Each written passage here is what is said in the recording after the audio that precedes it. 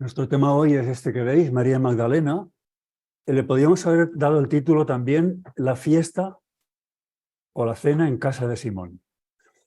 Es como se titula la cena en casa de Simón, perdón, la fiesta en casa de Simón. Es como se titula el capítulo que habla de este evento que vamos a considerar hoy en el deseado de todas las gentes, que os recomiendo de todo corazón. Vamos a leer para comenzar. Si alguien tiene una Biblia y tiene buena voz, le agradeceré que lea Marcos 14, de los versículos 1 al 11, incluido el 11, desde el 1 hasta el 11.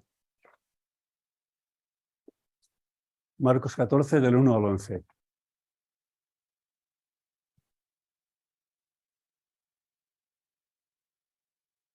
Dos días después era la Pascua y la fiesta de los panes sin levadura.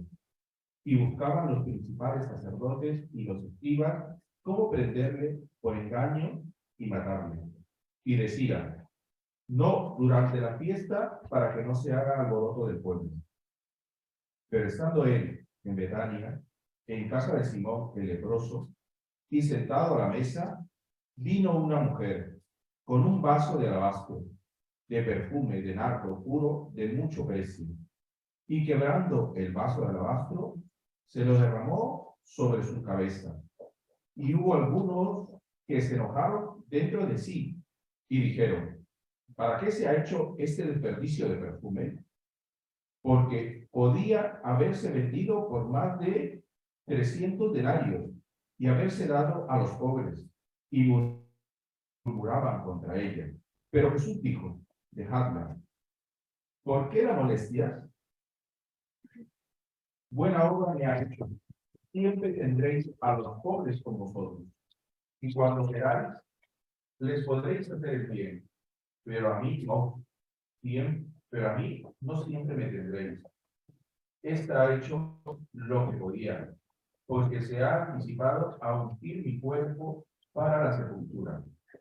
De cierto os digo que donde quiera que se predique este evangelio, en todo el mundo, también se contará lo que ésta ha hecho, para memoria de ella.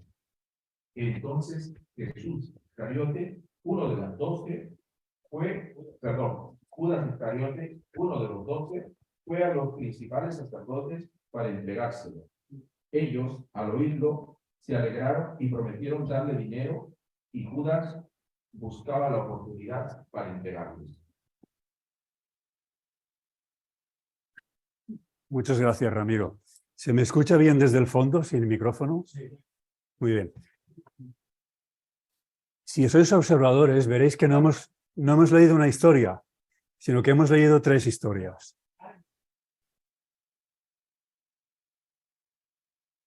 No me ve, saludaré de mi parte. Mis queridos hermanos de Maranata, de la residencia. La primera historia es terrible.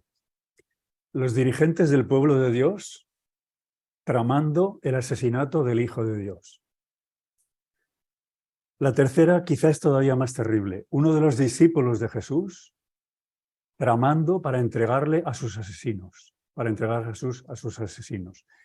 Y entre esas dos historias terribles tenemos el relato más hermoso, más bello y conmovedor, como lirio que crece en el pantano, una mujer bañando con sus lágrimas los pies de Jesús.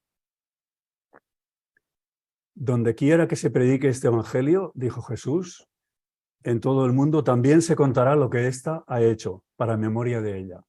Y hoy tenemos el privilegio de poder recordar esas cosas, esos hechos maravillosos. En esta historia podremos comprender la justicia por la fe, la justificación por la fe, al comprender el significado auténtico de la fe.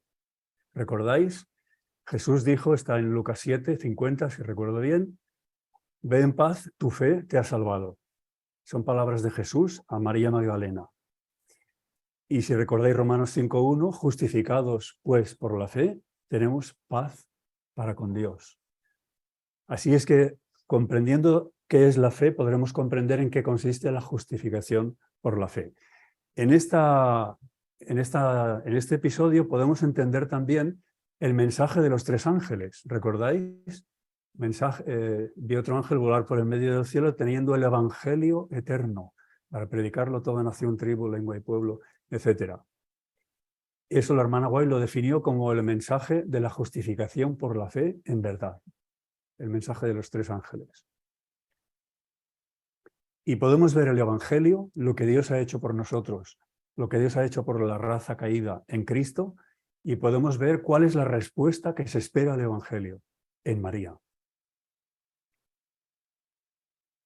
El contexto es el siguiente. Esto sucedía 6 días antes de la Pascua. Lázaro ya había muerto y había sido resucitado por Jesús. Dice, y le hicieron allí una cena. Esta es la cena en casa de Simón. El día siguiente del episodio que vamos a estudiar hoy, el día siguiente Jesús hizo su entrada triunfal en Jerusalén. Y faltaban ya solamente 5 días para que él se enfrentara a la Pascua, el Getsemaní y el Calvario. La gloria de Dios ya había abandonado el templo. Vuestra casa os es dejada desierta. Eso está en Mateo 23. La primera vez cuando Cristo purificó el templo, dijo, mi casa, casa de oración será llamada, pero vosotros la habéis convertido. Se refirió al templo como mi casa. Esta vez ya no dijo mi casa, dijo vuestra casa. La gloria de Dios ya había abandonado el templo. Estamos en la semana última de la vida de Cristo en esta tierra. Una semana cargada de significado en todos los sentidos. Y después de aquella Pascua que tendría lugar 6 días después, al día siguiente, la noche aquella fue prendido Jesús, Getsemaní, y el día siguiente por la mañana fue crucificado nuestro Señor, el Señor de la gloria, el Hijo de Dios. Y en relata este evangelio hemos elegido el relato de Marcos. Marcos, ahí algunos piensan, y yo creo que tiene lógica, él es el único que refiere este episodio que veis ahí. Un jovencito cubierto en una sábana le seguía a Jesús cuando lo prendieron, pero agarraron por la ropa, por la sábana al jovencito y el jovencito escapó desnudo. Como solo lo explica el evangelista Marcos, algunos suponen que era Marcos, esto es una autobiografía. Es autobiográfico este episodio que él refiere. Es posible. Marcos era muy joven, él escribió el primero de los evangelios. Marcos estaba lleno de tacto. No identifica a la mujer, simplemente se refiere a ella como la mujer. Lo mismo hacen Mateo y Lucas. Que seguramente María Magdalena vivía todavía cuando él escribió ese evangelio. Que lo escribió más o menos entre el año 60 y 70 pensamos que lo escribió. Unos 30 años después que Jesús ascendiera. Posiblemente aquella mujer todavía vivía. Mateo, Lucas y Juan también refieren esa historia. Los 4 evangelios la refieren. Algunos dicen que Lucas no, que es otra historia distinta porque cronológicamente la sitúa antes.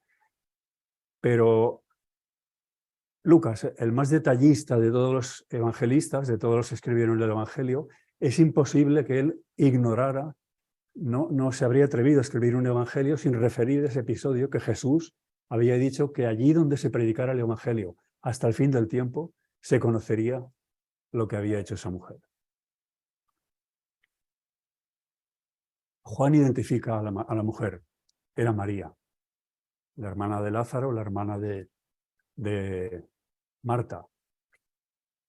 El Evangelio de Juan fue escrito unos 35 años después de los 3 evangelios sinópticos, más o menos en el año 85-90, un poquito antes de que a Juan, el emperador Diocleciano, no es Diocleciano, es de Esmirna, es Domiciano. La persecución de Éfeso, el año 96, fue el emperador que envió a Patmos a Juan el Evangelista, donde escribió Apocalipsis. Se supone que 1 año o 2 antes escribió esa carta de Juan. Mateo identifica algo más. Curiosamente, Juan, que identifica a María, como a la mujer era María Magdalena, no identifica a Simón, el fariseo. Dice el fariseo, pero no dice Simón. Mateo identifica a los discípulos. Los que criticaron el acto de María, como ha leído, como acabamos de leer, no fueron los fariseos, ni los escribas, ni los saduceos. Fueron los discípulos los que Jesús había elegido para ser sus ministros. Estos eran los que criticaron el acto de María. Y Juan añade otro detalle, y es que identifica a cuál fue el que produjo esa atmósfera de crítica en contra de María: Judas. Así que tenemos en esa mesa, es una mesa muy especial. Tenemos a Jesús, que ya hemos visto que en aquella misma semana sería crucificado, moriría por nosotros, por los pecados del mundo. Tenemos a Lázaro, que ya había muerto y había sido resucitado por Jesús. Y esa resurrección de Lázaro, cuando ya hacía 4 días que estaba en la tumba y hedía, ya olía mal, era una prueba incontestable que molestaba tanto a los dirigentes que determinaron, se hicieron firmes en su determinación de matar a Jesús y matar a Lázaro. Lo que esto último, hasta donde yo sé, no ocurrió. Estaba Judas, que no sobreviviría a Jesús. Estaba Marta, la hermana de María. María Magdalena estaba, y estaba Simón, el anfitrión, el que invitaba, el fariseo. María debió tener una infancia feliz. María vivía en una aldea, la Biblia dice aldea, era una población, un barrio, casi un barrio próspero, una buena familia, Lázaro, Marta, María, donde se alojaba Jesús habitualmente después, no cuando en este episodio, y todo debió irle bien hasta que llegó un momento en el que ella fue seducida. Y fue seducida por Simón, un fariseo, por un dirigente religioso, que vivía también en Betania, como ella. Y posteriormente fue abandonada. Este esquema es un esquema muy habitual aún en los días de hoy. Eso quiere decir que a pesar de lo que nos dicen de la cultura posmoderna, Dios no ha cambiado, Satanás no ha cambiado y la naturaleza humana tampoco ha cambiado, y el pecado tampoco. Las cosas importantes hasta el día de hoy. En esta historia podemos ver, hasta en los más pequeños matices, lo que es característico de nuestra sociedad y lo que es característico de nuestra propia naturaleza. Nos apela personalmente. María se quedó desolada, se sintió indigna, perdió toda esperanza de ser una mujer respetable. Había terminado por ser una ruina, era un objeto de burla. Y hasta el último rincón de su mente se llenó de desesperación. En esa situación, María fue poseída por un demonio. Ya no era dueña de sí misma, no era dueña de su mente, no era dueña de su alma. Aquel demonio controlaba a María. Pero María cierto día se encontró con alguien, con un hombre muy distinto a todos los que ella había conocido hasta ese momento. Un hombre que no estaba interesado en su cuerpo, sino en su alma. Y Jesús se apiadó de ella y la sanó. Pero aquí no acaba la historia de María. María volvió a recaer otra vez, de nuevo, y se volvió a sentir todavía más hundida que antes. Esto es lo que le había pasado a María. Y esto lo podemos leer en Lucas. Cuando un espíritu inmundo sale del hombre, va vagando por los lugares secos, va buscando un lugar donde reposar, y como no lo encuentra, dice: volveré a la casa de la que salí. Y cuando vuelve, la encuentra barrida y adornada. Y entonces entra con él 7 espíritus peores que él, y la situación es peor que la que había sido antes. No sé si lo he dicho bien, creo que es la idea que está ahí escrita. Y no es difícil imaginar a los discípulos decir a Jesús: mira, maestro, no pierdas más el tiempo con esta mujer. Recae vez tras vez, es tiempo perdido. Pero para Jesús no era tiempo perdido. Jesús oró nuevamente por ella. Y Jesús, cuando oraba, no eran oraciones rutinarias y reflexivas, sino que leemos en Hebreos que ofreció ruegos y súplicas con gran clamor y lágrimas. 7 veces oyó María la oración de Jesús para expulsar a los demonios. Y finalmente el milagro se produjo y María fue restaurada. Podemos dar gracias a Dios por ese amor persistente que nos persigue, que nos sigue durante toda nuestra vida. Por ese amor que va tras la oveja que se perdió hasta que la encuentra. Y Jesús iba por todas las ciudades en sus viajes misioneros Y María Magdalena, según leemos aquí, formaba parte del séquito que apoyaba y seguía a Cristo en su obra misionera. Hasta ese punto quedó rehabilitada.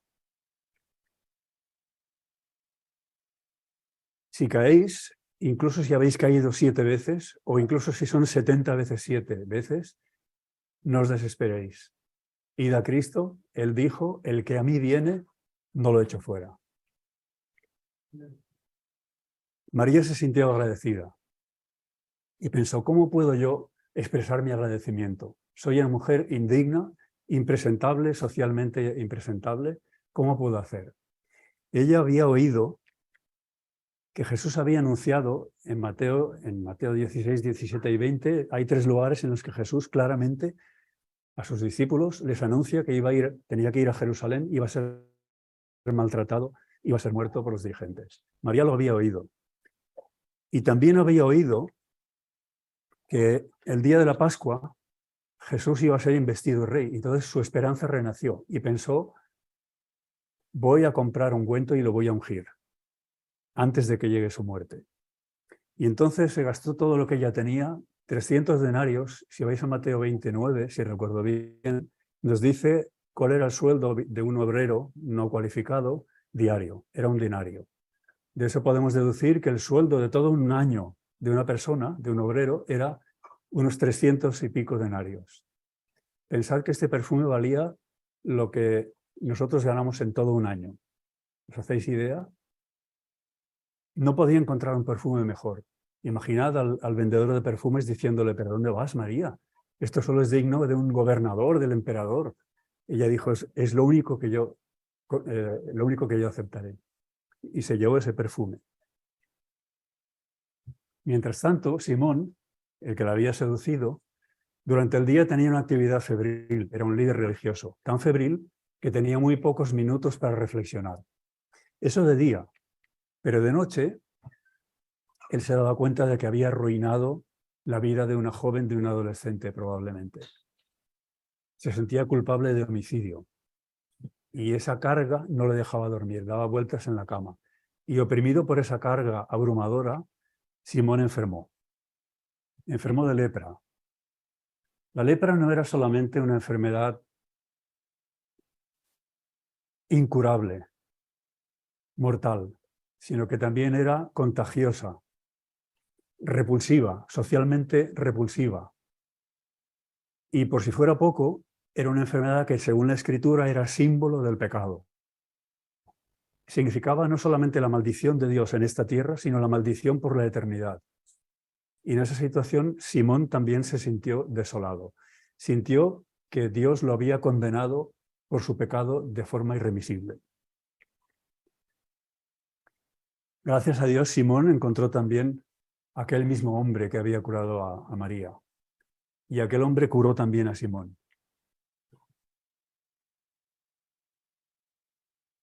Simón también se sintió agradecido, pero para él no era tan fácil expresar el agradecimiento, porque Simón lo tenía que expresar de una forma acorde con su dignidad de dirigente religioso, de fariseo. Y pensó, haré una fiesta en mi casa, haré una cena, invitaré a Jesús y a todos sus discípulos y a mis colegas, otros fariseos. Y efectivamente eso es lo que hizo. Para Simón Jesús era sobre todo un gran médico, es lógico. Lo había curado de la muerte, de una muerte en vida.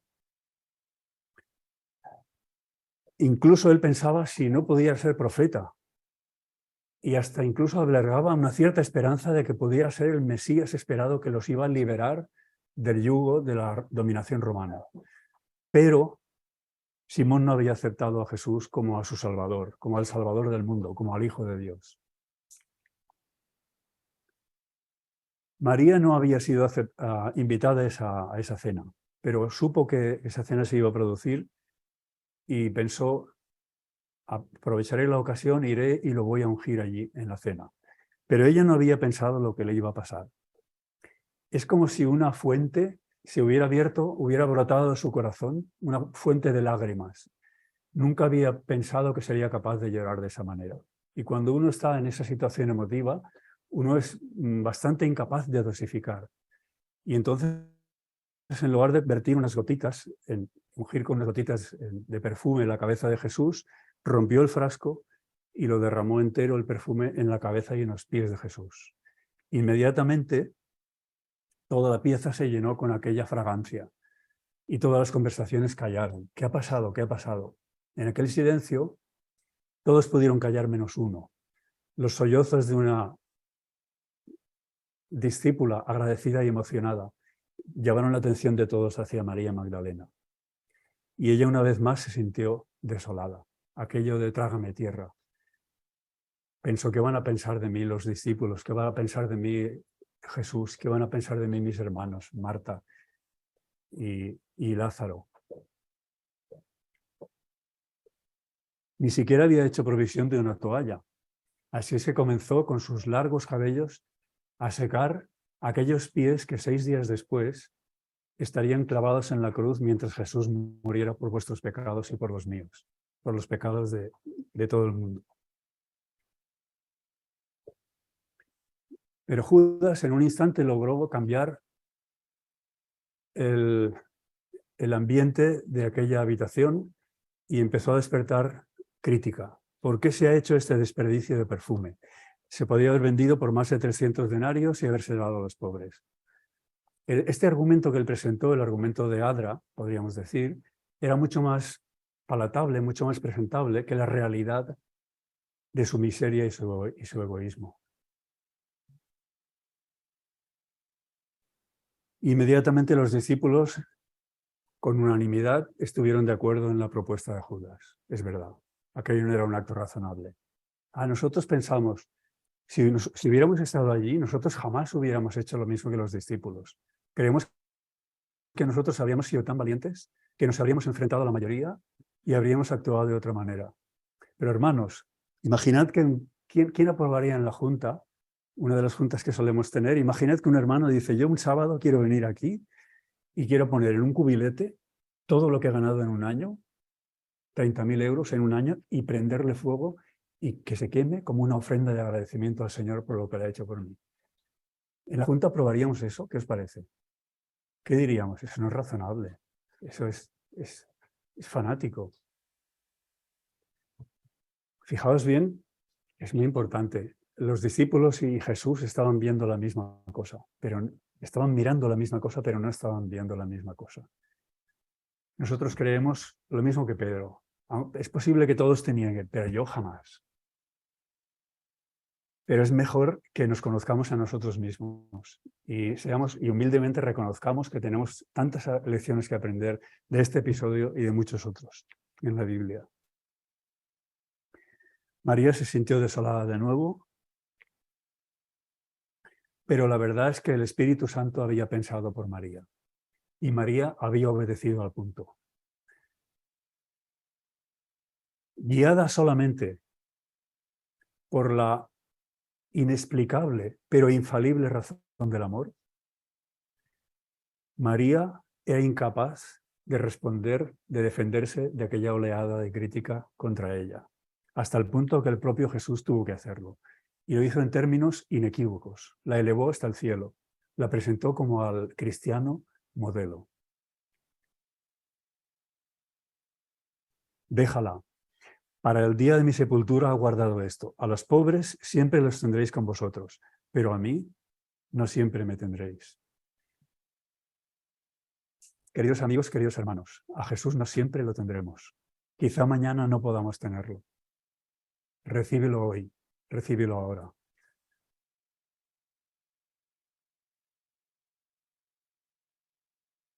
Miraban todos lo mismo, pero no veían todos lo mismo. Jesús vio algo que eran incapaces de ver los discípulos y que nosotros habríamos de ver ahora. En aquel frasco de alabastro roto en el suelo, Jesús vio su cuerpo quebrantado por nosotros. En el perfume vertido sin medida, Jesús vio su sangre derramada por el mundo, en una medida tan abundante como para salvar hasta el último pecador que hubiera, aunque la mayor parte no lo aprovecharía. En el sacrificio de María, que se entregó, que dio todo lo que tenía, Jesús vio un reflejo de su propio sacrificio, entregándose enteramente por nosotros y por la eternidad. En la motivación de María, Jesús vio una motivación, su propia motivación. ¿Qué os parece? ¿Por qué estaba haciendo aquello María? ¿Estaba buscando notoriedad? ¿Estaba buscando salvarse? ¿Estaba buscando evitar el infierno? ¿Estaba intentando cumplir la letra de una ley? ¿Cuál era su motivación? El amor supremo. La respuesta que despierta el amor divino, ese amor ágape, incondicional. Esa fue la motivación de la fe. El amor es la única razón válida, es la única motivación válida para la fe. El aprecio del amor de Dios. Y en ese derroche, entre comillas, de María, Jesús vio ese océano de amor, ese derroche de su sacrificio, de su entrega, suficiente para salvar hasta el último pecador en este mundo, aunque la mayor parte lo rechazara y solamente unos pocos finalmente vayan a ser salvos. El amor nunca se pregunta el precio. El amor no tiene medida, siempre va más allá de toda medida. El amor no lleva sus ofrendas con ratios, con hojas de cálculo. El amor lleva las ofrendas con lágrimas. Escribió Pablo, el amor de Cristo nos constriñe. Esto lo podía decir perfectamente María, aunque Pablo no había escrito todavía eso. El amor de Cristo la constriñó. En Cristo Jesús ni la circuncisión vale ni la incircuncisión, sino la fe que obra por el amor. No existe fe genuina que no obre por el amor. El amor es la única base, la única motivación válida para la fe. Y Jesús estaba viendo otra cosa que es importante que veamos nosotros también. Por primera vez Jesús veía a un ser humano que estaba comenzando a apreciar las dimensiones de ese amor inmenso, ese océano de amor del Padre manifestado en Cristo. Poco tiempo después, Jesús estaría en el Calvario, en sus horas más oscuras, más tristes, cuando se sintiese separado del Padre. Satanás le presentó terribles tentaciones. Le dijo, mira, tu pueblo te está crucificando, tus discípulos te han abandonado, el principal administrador en tus discípulos te ha traicionado, el principal líder espiritual en tus discípulos, Pedro, te ha negado, tu madre ha desfallecido, tú mismo has reconocido, Dios mío, ¿por qué me has abandonado? Tu padre te ha abandonado. Y estás haciendo un sacrificio absolutamente estéril, inútil. Desciende de la cruz y sálvate a ti mismo, ámate a ti mismo. Con esas terribles tentaciones procuraba Satanás desanimar a Jesús. Si se hubiera desanimado, ¿qué habría sido de nosotros? ¿Habéis pensado? Y en esas condiciones, la hermana White escribe en El Deseado, cuando él penetró en las tinieblas de su gran prueba, llevó consigo el recuerdo de aquel acto. Anticipo, aquello fue un anticipo del amor que le tributarían a Cristo para siempre aquellos que él redimiera. Isaías escribió, verá el fruto de la aflicción de su alma y será saciado. Y aquí Dios fue a la cruz con ese sabor, con ese recuerdo de ver el plan de la redención, el fruto de ese tremendo sacrificio del cielo, triunfando por primera vez en la raza humana. Y por el gozo que le fue propuesto, sufrió la cruz y menospreció la vergüenza. Nicodemo y Juan de Arimatea ungieron el cuerpo de Jesús cuando Jesús ya no podía agradecerlo. Pero María tuvo el privilegio de ungir a Jesús en vida, con un grato perfume que lo acompañará por la eternidad. Y Jesús aún vio más cosas. Jesús vio un reflejo de lo que ha de ser su pueblo remanente. Vosotros y yo, el pueblo de Dios del tiempo del fin, hemos de saber lo que significa derramar lágrimas de arrepentimiento a los pies de Jesús. Está profetizado. Zacarías 12 dice, sobre la casa de David, los dirigentes del pueblo de Dios y los habitantes de Jerusalén, todo el resto, los laicos, derramaré un espíritu de gracia y de oración. Mirarán a mí, a quien traspasaron. y llorarán como se llora por el hijo unigénito. ¿Imagináis una casa en la que solo hay un hijo, un niño, y muere? La pena, el duelo, el luto, las lágrimas. Con esa emoción mirarán a mí, finalmente miraremos a Cristo y lloraremos como se llora en una casa afligida por el luto de un primogénito. En aquel día, dice, habrá gran llanto en Jerusalén.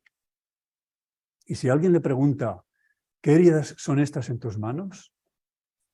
Él responderá, las recibí en casa de mis amigos. Sí, hermanos, las recibió en tu casa y las recibió en mi casa.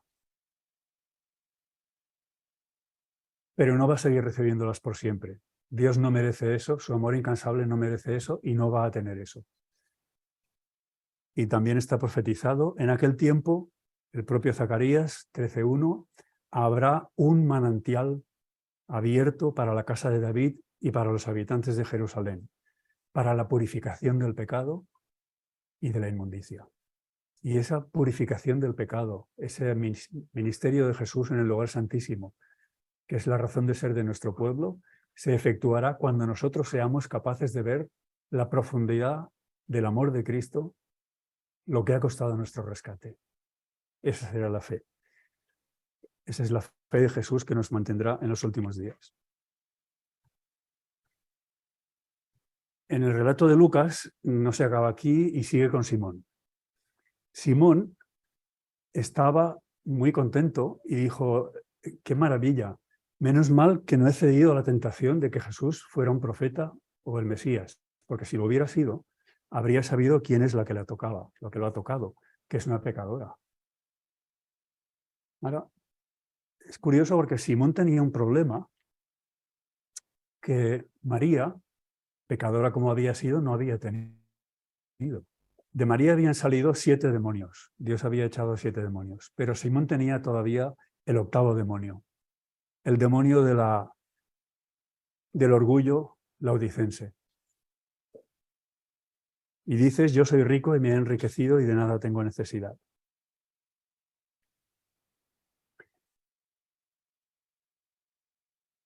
En una fiesta tan intensa, tan emotiva como esa, seguramente nosotros como misioneros, en el lugar de Jesús, habríamos dicho, María ya está rehabilitada, por hoy basta. Gracias, Simón, por la invitación, ahora tengo que irme, tengo prisa, adiós. Pero para Jesús no había prisa. Aún tenía algo. Jesús estaba lleno de amor también hacia Simón. Y como él madrugaba y se encomendaba al Padre cada mañana, él supo cuál era la historia que tenía que contarle a Simón. Y le contó la historia perfecta para que él comprendiera que él no era el que debía 50, sino el que debía 500 denarios. Y Simón se ruborizó dándose cuenta de que había alguien que le leía el pensamiento, que sabía lo que estaba en su corazón, lo que había en su mente. Y también se dio cuenta de que Jesús lo amaba, porque Jesús habría podido hundirlo exponiendo ante la vista de todos su pecado. Sin embargo, Jesús lo expuso de forma que Simón recibió la lección y él aprendió, pero el resto no tuvieron ninguna evidencia de cuál era el problema de Simón. Dirigiéndose a María, dando la espalda a Simón, perdón, al revés, dando la espalda a María, se dirigió a Simón y Jesús dijo, Simón, cuando he entrado en tu casa, ni siquiera me has dado agua para lavarme los pies, que es una cortesía habitual en aquella cultura y en aquella época. Pero esta mujer a la que tú desprecias no ha cesado de lavarme los pies con sus lágrimas. Simón, cuando he entrado en tu casa esta tarde, no me has dado un beso de bienvenida avergonzado al estar delante de otros fariseos. Sin embargo, esta mujer no ha tenido ninguna vergüenza de besar mis pies durante todo el tiempo. Simón, cuando he entrado a tu casa esta tarde, no has ido a la cocina a coger una cucharadita de agua para ungirme el cabello, como es habitual también en aquella cultura. Pero esta mujer me ha ungido con ese precioso perfume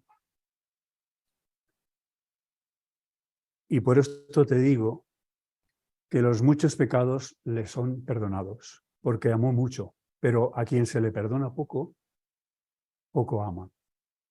Cuando yo leí esta historia, desde adolescente me sorprendía ver el contraste entre la devoción intensísima de María y cuál era la devoción promedio, la mía, por ejemplo, en la iglesia de la Odisea, en la iglesia Bueno, no se llamaba la Odisea, era la iglesia de Torrero en Zaragoza en aquella época. Yo tendría unos 15 años, 16. Pero ¿cuál es la diferencia? Mirad, si nosotros pensamos que no somos tan malos, si pensamos que no se nos ha perdonado mucho, siempre seremos incapaces de amar mucho. ¿Comprendéis eso? Si nosotros pensamos así, estamos obligados a permanecer en esa tibieza laodicense, en esa devoción mesurada, tibia, que es totalmente indigna, totalmente inadecuada como respuesta a ese amor sobreabundante, ese sacrificio sobreabundante de Cristo, del cielo, por nosotros.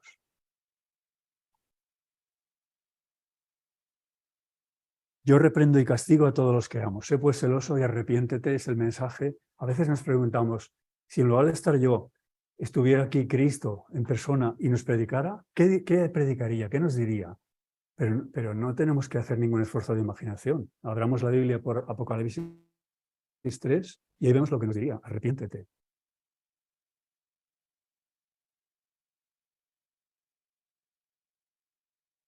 Algunos piensan que el arrepentimiento de María solamente es adecuado para un gran pecador como María. Pero ese arrepentimiento no es solo adecuado para un gran pecador como María. Es perfectamente adecuado para Simón, es perfectamente adecuado para mí y seguramente también para vosotros. Este que aparece aquí es Horatius Bonar, es autor de varios himnos. Algunos están en nuestro himnario. Vamos a cantar para terminar el número 223 que lo compuso él. Él no era músico, él compuso la letra.